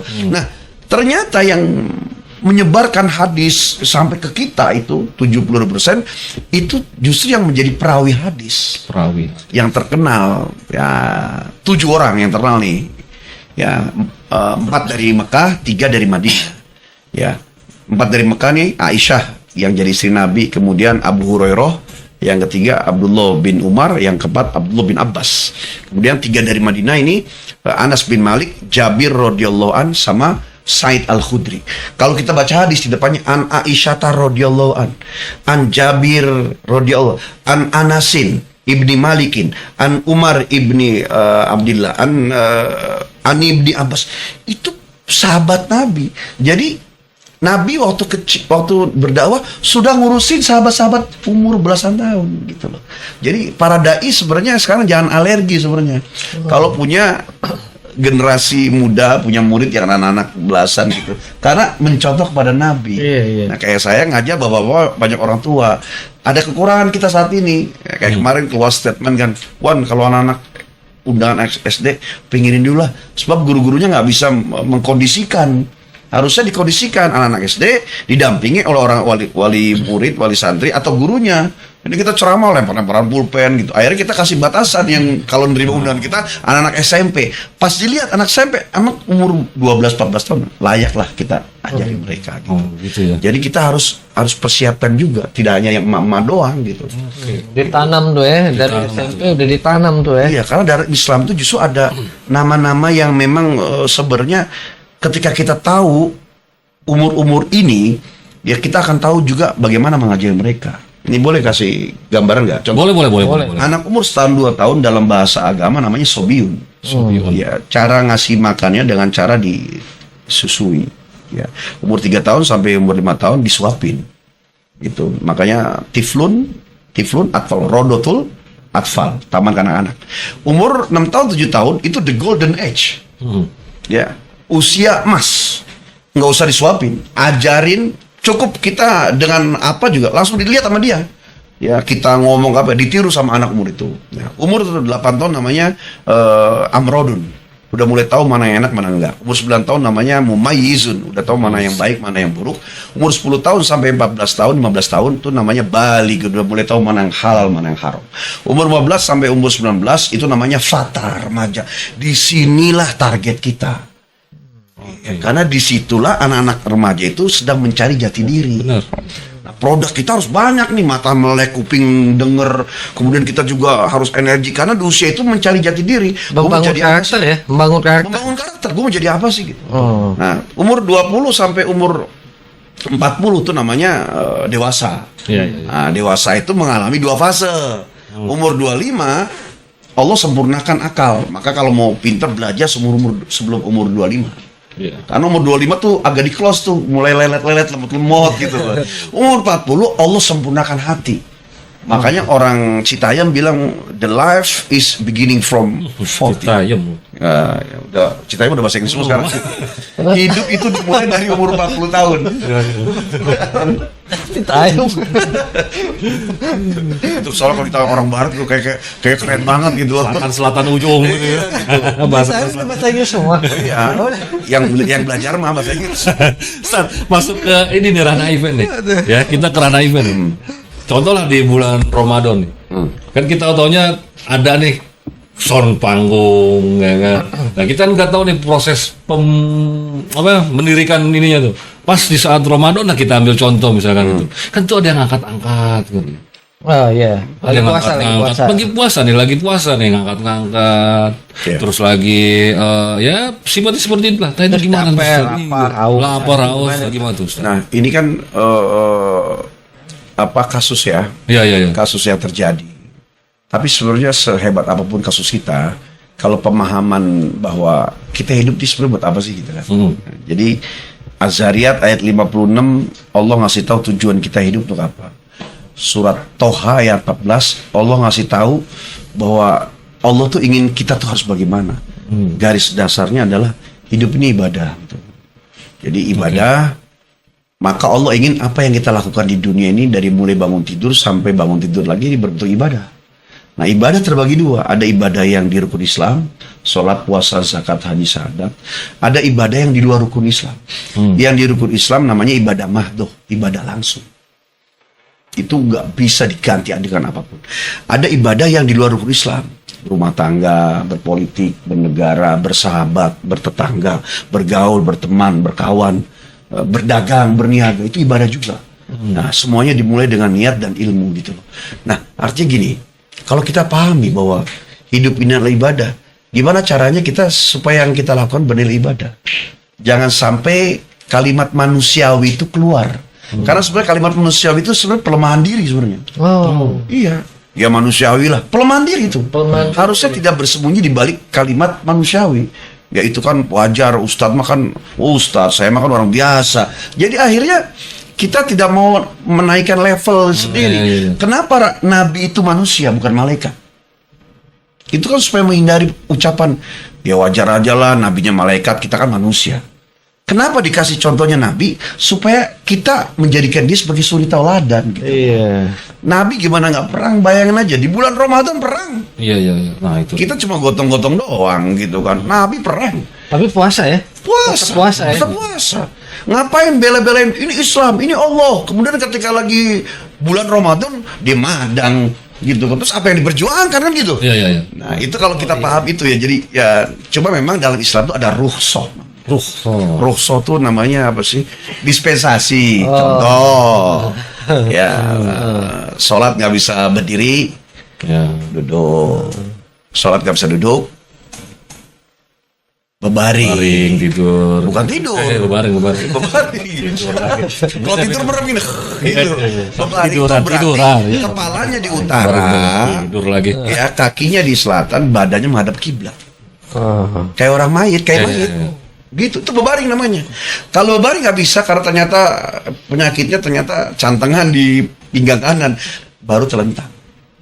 Bukan tidur, Iya, telentang. terentang. Telentang susah, pakai isyarat. Isyarat. Artinya prinsipnya harus dilakukan yang di rukun Islam. Cuma teknisnya silakan sesuaikan dengan contoh lagi Dengan kondisi ya? kondisinya Kondisi, gitu. kondisi. Wudu, air kagak ada. Apa kita? Tayamum. Tayamum. Jadi ada dispensasi. Jadi ad-dinu yusrun. Agama itu asalnya mudah, tidak mempersulit. Cuma kadang kita yang mempersulit. Sholat. Ini ada perjalanan di atas 83 kilo nih dari Jakarta ke misalnya mana? Ke Tasikmalaya atau ke Cirebon. Kita boleh rukhsah dengan jamak qashar tadi. Yang 4 jadi 2 di jamak qashar, kemudian zuhur bisa digabungin sama asar, maghrib dan isya. Udah di situ, udah di rukhsah, udah di dispensasi, udah dikasih diskon. Kenapa harus dihilangin kan gitu? Ya. Betul. Jadi sayang betul. Kalau bicara tentang ngangkat capek, kita bicara sejarah. Nabi itu perang. Bahkan turun ayat di surat Al-Baqarah ayat 238 itu perintah hafizu ala sholawat, jagalah sholatmu. Gitu. Padahal ayat itu turun ketika perang di bulan Ramadan, perang Khandaq itu. Musuh lagi serabutan, kita nggak boleh ninggalin sholat. Sampai keluarlah sholatul khauf. Ada caranya. Rakaat pertama berdiri, rakaat kedua, soft pertama ruku, rakaat kedua jangan ruku dulu. Nah, soft pertama berdiri, rakaat kedua baru ini. Ada SOP-nya sendiri. Iya. Itu namanya sholatul khauf. Sebegitunya jangan sampai meninggalkan syariat. Itu yang sholat gitu loh. Apalagi puasa. Sekiranya ini ngangkat-ngangkat gimana ya? Gue kayaknya rombanya siang hari ini capek. Makan yang banyak dah. Minimal ada usaha gitu loh. Iya. Sehebat itu usahamu, segitu Allah akan melihat hasilnya gitu. Jadi sahur dulu, Nah, sholat dulu, ngangkat-ngangkat masih kuat terus. Ternyata di tengah di tengah jalan. jalan, aduh gak sanggup nih. Kalian kerasa kan? Kita kan ngerasa, apalagi usia-usia Oh, gini, benar. ngerasa, wah kayaknya nih tekor nih. Ya Allah gak sanggup, kayaknya Allah nih udah payah banget ini gitu. Kayaknya harus batal nih. Boleh. Boleh ya. Oh. Ya, Ada, seenggaknya udah ada usahanya ya? udah ada usaha. Fa'idatum min ayamin. Yang penting ada niatan ganti di hari lain. Iya. Nah itu tujuannya rukhsah. Jangan terus, wah kayaknya nih berat nih, besok gue mah kayaknya nggak puasa nih. Nggak ada usaha gitu. Itu nggak jadi nilai gitu. Yang penting sahur dulu, sholat dulu, niatkan dulu di tengah jalan. Ntar gimana kayak gitu lah. Iya. Baru Allah memaklum. Nah, ini ngomongin makanan, Ustaz. Ada apa nih sayur lodeh nih, Ustaz? Ada apa sih sayur lodeh? Memang makanan favorit nih. Sampai ada di beberapa tempat tuh. Katanya ya kabarnya nih, bukan gosip. Kok tahu Kabarnya dari tim kreatif. Dia ngulik-ngulik, Ustaz. Dia ngulik-ngulik. Sayur lodeh, ridersnya tuh. Kalau di dalam dunia event tuh ada ridersnya. Ini di luar nulur nih. Ridersnya nih kalau dalam talent tuh Luar ada biasa lah sampai makanan. ada apa nih Ustaz, dengan sayur lodeh? Ada momen tertentu apa gitu ya? Jadi dulu diundang ke Hong Kong ya usaha-usaha tuh kalau dibawa ke sana tuh makan sini. Kita itu asal nyampe di apartemen, di hotel gitu, Ustaz makan siang sini. Nggak usah lah, sayang kalian tuh. Kalian irit aja. Siapa yang bisa masak sini? Bisa juga bisa Ustaz. Bisa masak sayur lodeh. Bisa Ustaz, sayur lodeh, sambal, kerupuk mau kemari. Asik. Jadi panitia irit. Irit, kata orang Ustaz tawadu banget. Bukan, kalau terlalu banyak boros ntar gua pulang jatahnya dikurangin. Politik. Hongkong nih masalahnya. Kirain ada makanan favorit. Nggak tahu. Nggak, artinya itu contoh di antara kita saking senengnya dengan lodeh ya. Kenapa senang lodeh? Dari kecil. Ingat masakan ibu juga kan? Iya, jadi almarhumah itu jago masak. Oh. Mau masak sambel, kayak sayur apa aja. Kita kesenangan dulu sayur tahu. Sayur namanya sayur cabe ya, dalamnya ada tahu, ada cabe hijaunya. Sayur lodeh, sayur semua enak. Nah dari semua favorit itu dua sebenarnya sayur cabe yang ada tahunya sama sayur lodeh. Nah, sayur cabe itu nggak ada yang bisa nempel di mulut kecuali almarhumah. Masakan ibu. Almarhum udah nggak ada yang bisa masak. Yang tersisa dengan sayur lodeh doang. Jadi sampai sekarang nih nggak tahu, padahal itu kan santan ya. Kalau orang kita kan tabrakan apalagi asam urat atau segala macam. Aduh. Tapi sampai sekarang udah sayur lodeh. Orang sekarang lebih takut sama sayur lodeh sama daging kambing. Jeroan-jeroan. Apa ya? Sayur apa? Kambing takut. Sama kambing takut, sama Tuhan berani loh nih. Ninggalin sholat gitu kan. Nah, artinya sayur lodeh itu memang favorit banget dari kecil. Dari kecil. Ya, dari sebelum sekolah. Oh. Enggak karena masakan Iya, ibu ya. Masakan ibu. Juga bukan karena sebab mengenang almarhumah doang, tapi memang karena doyan, dari kecil. Sayur lodeh. Habis sekarang kalau kemana-mana nyanyi sayur lodeh. Ini contoh kecintaan beliau sama orang tua luar biasa nih. Ini udah pasti diterapin nih. Ya benar Ustaz. Adab itu barometernya syariat Sam. Ya, sepakat sih. Adab itu barometernya syariat. Karena anak-anak sekarang tuh ntar dulu mak. Itu ada ucapan Ya. lebih mencintai orang beradab daripada berilmu. Nah itu. Padahal untuk bisa beradab juga harus berilmu dulu. Ilmu nih. Hanya karena sebab oknum akhirnya mereka hempaskan kalimat itu. Iya. Lebih baik beradab daripada berilmu. Gara-gara ada oknum yang punya ilmu tapi tidak beradab. Mereka nggak paham bahwa ilmu, iman, amal tuh bisa. Tuh. Ilmu, amal tuh bisa. Bisa ya? Iya, Bisa. bisa, nggak bisa. Tidak semua yang berilmu tuh punya iman. Kalau dia punya ilmu doang, nggak ditumpahin dalam amal, nggak beriman. Karena iman itu tumbuh sebab amal. Yes. Amal ibadah. Amal yang bisa menumbuhkan iman ketika ada ilmunya. Nah, jadi kalau orang berilmu tidak mau beramal yang menumbuhkan iman, jadinya Yahudi. Manusia paling pintar sedunia Yahudi. Tapi siapa manusia paling durjana kepada Allah, kepada manusia? Jawabannya juga Yahudi. Gitu. Siapa yang paling berani kepada Allah? Yahudi. Siapa yang paling banyak membunuh para nabi dan rasul? Yahudi. Karena mereka pintar doang. Mereka menjadikan akal sebagai Tuhan. Makanya kalau ada orang yang kita kan sering dengar tuh, pintar-pintar begitu. Iya. Alim-alim Istilah-istilah begitu. itu. Ya. Karena pintar doang. Ya, makanya ada kata Imam Syafi'i dalam makolahnya, manis dada ilman lam yazdat hudan lam yazid minallahi illa hudan. Siapa orang bertambah ilmu, bertambah sains, bertambah knowledge, bertambah juga pengetahuan, tapi tidak bertambah amal, nggak nambah hidayah, nggak nambah kesolehan, tidaklah yang didapatkan dari ilmu-ilmu dan knowledge serta sains yang dimiliki kecuali membuat dia semakin jauh dari Allah. Ya, rata-rata yang jahat adalah yang berilmu. Yang korupsi kira-kira yang berilmu apa orang bodoh tuh? Orang berilmu pasti. Berilmu. Kata-kata rekening orang saja pindah. Orang belum kan paling nyolong sendal di masjid. Oh. Jadi gitu kan. Iya, orang bener. bodoh paling nyolong sendal, nyolong. Kalau dia bodohnya double, nyolong beduk di mana ngumpetnya. Gila itu sih. Gitu. Orang gila keje. Jadi justru yang jahat adalah orang berilmu yang tidak beramal. Ya. Itu dia benar-benar. Nah, Ustaz, punya sisi hobi yang menarik nih. Selain nyanyi, motoran nih, Ustaz. Ya. Karakter Ustaz tuh lebih milih motor apa, Ustaz? Kita Motor sport kah atau motor cruiser kah? jadi memang apa ya? Nyong gini malu sebenarnya. Malu, punya hobi dong. Nggak harus dakwah Sampai terus. sekarang soalnya masih lari 140 150 soalnya. Jadi sekarang kalau udah naik motor sudah lupa ya. Karena kita tidak niat mengendarai tapi menari di jalan. Asik. Wus. Di jalan tuh sudah bukan lagi nari-nari gitu. Sampai sekarang. Ya. Mendekatkan diri pada Allah. Ya. Jadi ini bukan blesetan tapi bolehlah sedikit bersembunyi. Iya, iya. Karena Nabi itu nyuruh, Oke. ya, ajari anakmu itu Oh, iya. kuda berenang memanah. Benar.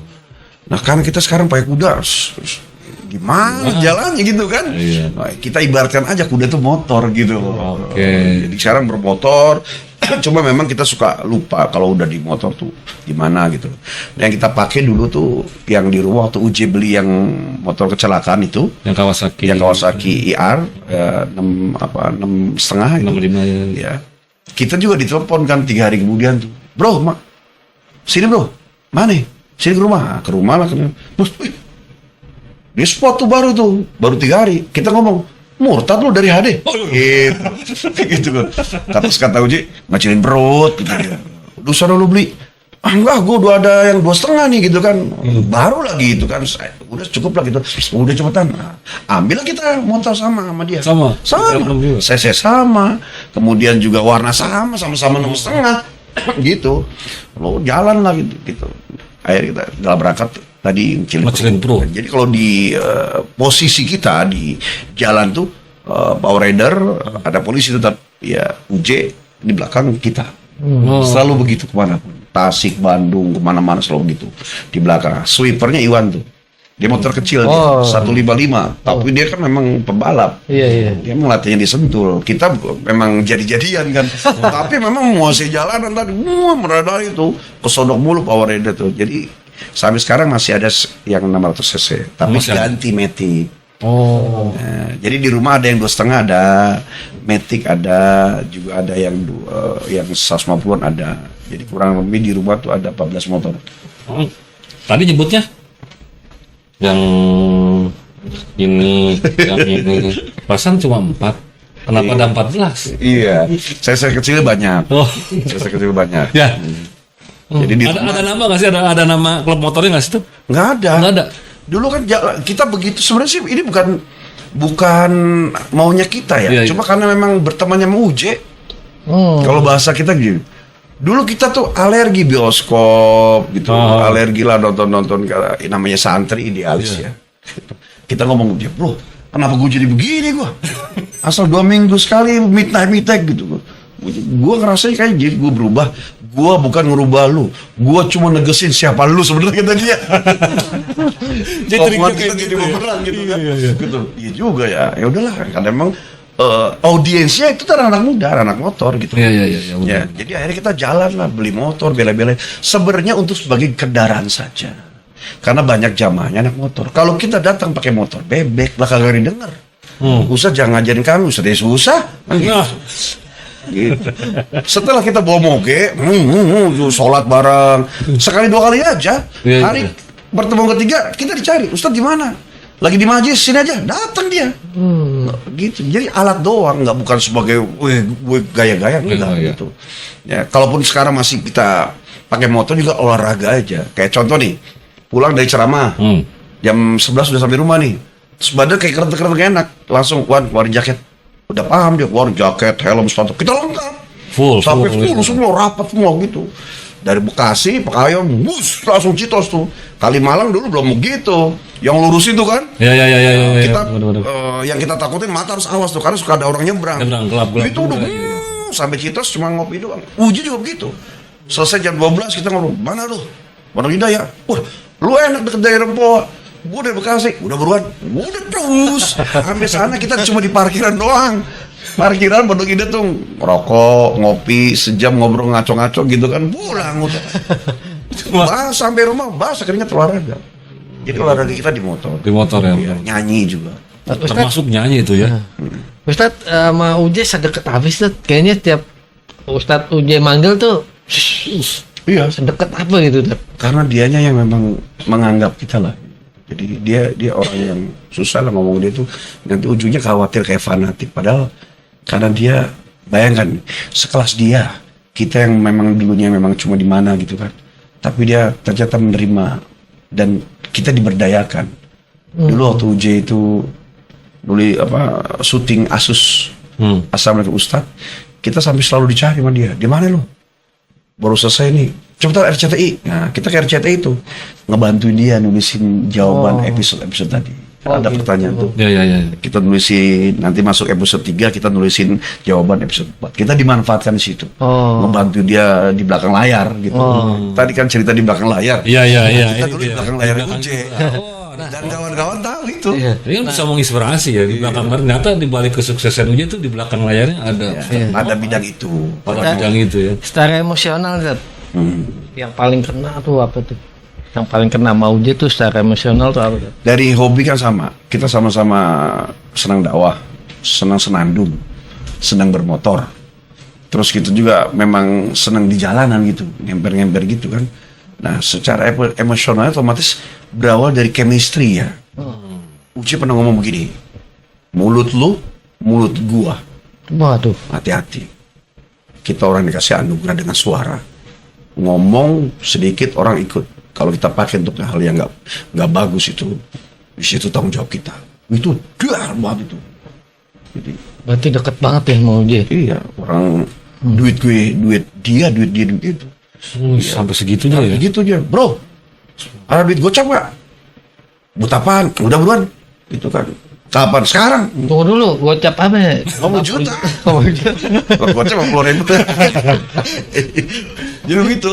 Ntar 3 hari transfer. Ntar gitu juga begitu, bro. Geser bro, gitu kan. 15 juta. Begitu, udah begitu. Sampai segitu. Sampai segitunya. Nah, kisah yang mendalam nih Tat, yang sedih apa gitu Tat. Jadi apa ya? Nah, yang mendalam gitu. Apa ya, bersama beliau sih kayaknya banyak happy aja. Happy aja ya? Iya. Happy Yang ya? jelas mah yang paling sedih adalah ketika beliau nggak ada. Karena 3 bulan kita sampai nggak berani lihat foto. Oh, 3 bulan. 3 bulan. Foto di handphone di mana aja pasti kita langsung buang. Iya, iya. Gitu. Kalau pernah berapa kali kecolongan lagi nge-scroll galeri jeng, terus ini foto di mana ya? Ke-scroll break langsung sesegukan itu langsung nangis kayak anak kecil. Gitu. Iwan tahu tuh anak buah kita. Sampai 3 bulan gitu. Nangis sampai begitu, sampai sesegukan kayak anak kecil gitu. Orang kita lagi juga turun dari mobil kan itu waktu itu wafat tuh kita jam 12 tuh lagi di Tebet. Besok malam Jumat mau ngajar di tempatnya UJ karena Jumat pagi kan pengajian di UJ itu. Kita pulang hampir rumah 1:30, tidak Ustaz Agus Sidoar pas di belakang UJ kan. Brak, motor kelempar 30 meter, UJ kelempar 3 meter. Waktu masukin jenazah pertama kali teman Ustadz yang ditelepon kita. Oh, Ustaz Ya, Mahai. kita baru buka baju, handphone dijepit sini nih. Ya bro, apa bro? UJ kecelakaan bro. Bilang, kita nyeletuk aja. Lu jangan bercanda ntar gue tampol nih. Gitu. Kita ngomong gitu. Demi Allah UJ wafat begitu. Langsung bro handphone jatuh. Kita teriak, wah mobilan. Wah. Ayo begitu. Langsung di jalan telepon. Nah, kita sebelumnya waktu itu maaf ya sama Ustadz Bucep. Sama Ustadz Bucep juga udah kayak saudara kan. Kita 2 hari sebelumnya, boy jagain boy, jangan sampai keluar boy. Ucek kalau sakit tuh menyehatkan diri, jangan sampai sakit dia keluar supaya besok dia kan bermotor gitu. Jangan sampai gitu. Jagain karena dia udah nggak keluar rumah. Ternyata malam itu kenapa keluar gitu. Makanya pas turun mobil di depan IGD Rumah Sakit Pondok Indah, turun Ustadz Bucep langsung kena sasaran kita. Klop tamu dia. Iya Bucep Ustadz Bucep begini. Sampai peluk. Lah ini dijagain siapa Bu ya? Bukan dijagain Bu ya. Ya Allah, pelukan. Buya jeung sahabi, ya Allah boy, apa begitu. Terus kita jalan langsung ke dalam ke IGD itu langsung 1 jam, 1 langkah semeter setengah lah di depan kasur ranjangnya Uji udah begini gitu udah gak bisa kuat jalan. Dan kita ngomong, tega lu ya, lu duluan lu ya, lu tega lu apa begitu. Itu udah gak bisa jalan dah, lu tega lu sampai nangis gitu. Nggak lama teman-teman datang, wah pelukan semua pecah tuh, nangis buat gitu. Udah langsung Umi Tatu Mohai Umi mau uji sholat istiqlal. Dari situlah kita dikasih mandat untuk ngurusin uji gitu. Kita yang mandiin, kita yang ngafanin langsung di tempat mandiin sampai ke Istiqlal, sampai 40 malam jadwal semua kasih orang. 40 malam kita jadwal kasih orang semua. Pokoknya asal maghrib standby. Kita harus jagain itu karena itu kamera kan banyak tuh. Iya. Jadi maaf nih, banyak orang yang pengen naik gitu. Tanda gitu. Jadi kalau kita nggak jagain bisa ribetan. Karena kita udah peraturan jam 11 apapun close. Jam 8 tahlil, jam 9 beres, 2 jam pakai ceramah. Itu saya yang nentuin. Yang bawa acara Ustaz Ali Limau dari API. Iya. Ustaz, naikin ini. Kita bilangin, Ustaz 5 menit ya. Naikin. Banyak yang masuk, Ustaz, antum besok datang lagi. 40 malam kita yang ngurus gitu. Luar biasa ya untuk persahabatan. Iya, nggak Indah mikir lagi persahabatan. jadwal. Kita juga cari duit juga. Iya. Karena kan jamaah 2.000 orang. Iya. Kue tetap jalan, kita cari duit. 3 hari dapat 60 juta, masukin, beli kue, beli segala macam. Besoknya cari uang 80 juta, masukin lagi gitu. Ada aja tuh. Ada aja. Banyak orang, Ustaz, ini ya buat almarhum, kasih 10 juta apa, kita kasihin. Wow. Nggak ada yang kita pegang. Orang Kita baik punya, tuh. uang belum masuk, uang ada di kita keluarin juga. Udah orang-orang nggak mikirin lagi, udah kita nyari untung, nggak ada. Gitu. Jadi bener 40 malam tuh tidak, maaf ya, tahadus bini Pak. Tidak ada yang seberani saat itu sampai jadwal betul semuanya dikasih ke orang. Luar biasa. 40 malam. Sampai malam jam 2 terakhir, bro, gua mungkin nggak kesini lagi bro. Itu depan rumah, gitu, nggak kesini lagi bro. Ya, sampai ketemu lagi. Pamit masuk mobil udah. Karena di sini udah gimana gitu. Dan itu kita baru ngerasain seumur hidup. Ya. Gitu. Jadi melebihi saudara. Nah kalau ngomong gini juga kan mata harus dibedang-bedain, jangan sampai netes. Iya. Dan sama nih kita persahabatan juga ada, kita juga pasti kan kayak gitu. Benar. Jadi maaf deh jadi. Iya. Nah ini pesan terdalam, benar-benar menginspirasi sih. Minum dulu, Tat, minum dulu. Minum dulu, luar biasa. Bayangin aja di sini kan ada foto kita yang dakwah bareng, banyak ya. banyak banget. Oh nanti boleh nggak kita masukin insertnya, Ustaz? Boleh. Boleh ya, nanti tim kreatif bisa diminta ya. Iya, kayak kita foto lagi nyanyi Momen-momen bareng, indah, gitu kan. jalan bareng. Memang jalan kita ini banyak diprotes dulu sama senior-senior. Oh iya. Ada, gitu. Ustaz sekarang nih tidak menampakkan ke Ustadzannya, gitu. ustadzan, pakaian gitu kan. Iya. Kita jawab, Pak Kiai, kami ini besar di jalanan gitu. Kalau kami ini besarkan sama Pak Kiai, kalau kami salah jewer. Kami ini sebelum ketemu juga pada punya umat. Terus yang kedua adalah jamaah kita yang memang model gitu. Kalau kami pakai gamis, mereka kabur gitu kan. Akhirnya kita belain pakai motor, pakai Levi's, pakai jaket, pakai sepatu boots segala macam. Sekedar untuk tampilan pertama doang. Iya. Kesininya bagaimana caranya mereka tergiring ke majelis. Oke. Nah, Ustadz, sebelum kita closing, Ustadz, kasih tips-tips yang apa ya, bermanfaat untuk Gen Z di bulan suci Ramadan ini.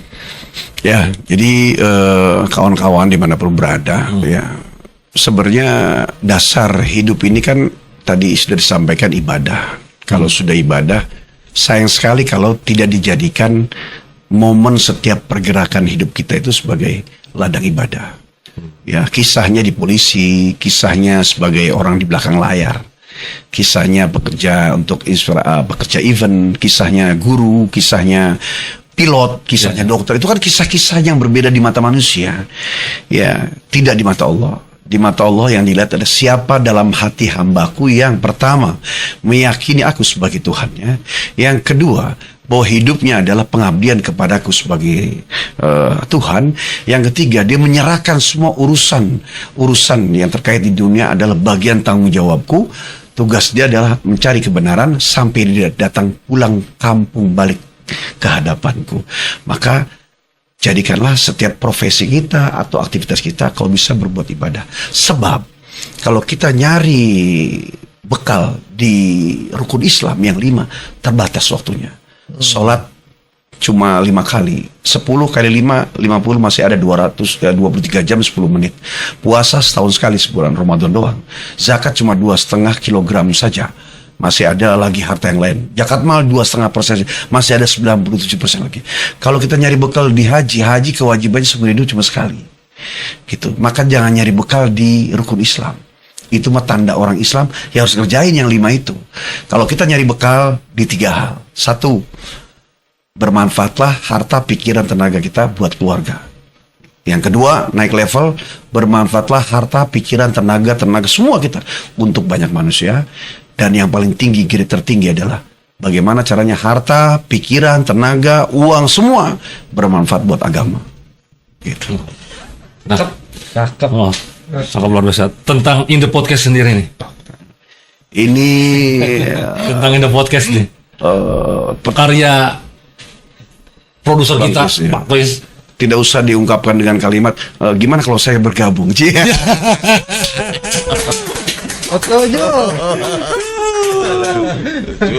Jadi itu sudah mewakili nilai ya. Oh, Insya Allah, luar biasa. Ini ada gift dari kita untuk Ustadz. Masya Allah. Apa nih? Buat ngopi kan? Siap. Wah, oke nih kita para pecinta kopi. Bukan dong, Terima kasih. Ustadz. Dilihatin ini Masya Allah. podcastnya. Wes. Alhamdulillah nih kawan-kawan semua. Buat Ya. ngopi, kalau lagi naik motor ya kopi. Ya, ini bisa portable, bisa dibawa kemana-mana saja. Ya berhenti. Kita kadang memang suka berhenti tuh kalau pas nunggu acara. Ya berhenti Iya, di mana gitu kita bawa ini. Asik. Pasti ini sangat bermanfaat sekali. Amin. Terima kasih kepada Inde Podcast. Oke, terima kasih juga untuk Shoot Media Studio Indo Podcast ya, dan tim-tim pekerjanya nih dari independen yang mendekor setup studio ini. Dan Luar tim biasa. di podcast juga Ya, ada tim Bule Audio, Bule, Yogi Yogi Kreatif sama Media, Rio di dan video. produser kita. Boleh nggak sedikit lagi ngomong ini? Boleh. Jadi ini melawan arus ya. Di saat orang sekarang kembali ke kamar dan rumahnya membuat studio dengan alat-alat canggih, ternyata Inde Podcast ini melawan arus tetap membangun studio ya yang sesungguhnya bisa dikerjakan di rumah. Ternyata dibangun sedemikian rupa. Ini luar biasa. Pasti Allah melihat ini satu hal niat yang kuat untuk tadi sesuai niat ownernya adalah bisa bermanfaat buat banyak orang sehingga banyak menurunkan rahmat dan rezekinya. Dan kami tim Indo Podcast mengucapkan selamat menunaikan ibadah puasa, dan Ustadz Moai silakan. Iya, kepada seluruh kaum muslimin dimanapun berada, yuk jadikan Ramadan ini Ramadan terbaik dalam hidup kita. Tentunya tidak hanya puasanya, sholatnya, hajinya, zakatnya, juga hati dan lisannya. Yuk sama-sama kita jaga. Amin. Terima kasih banyak semuanya. Sampai jumpa kembali di episode berikutnya. Siap. Insya Allah, maafin ya. Maafin.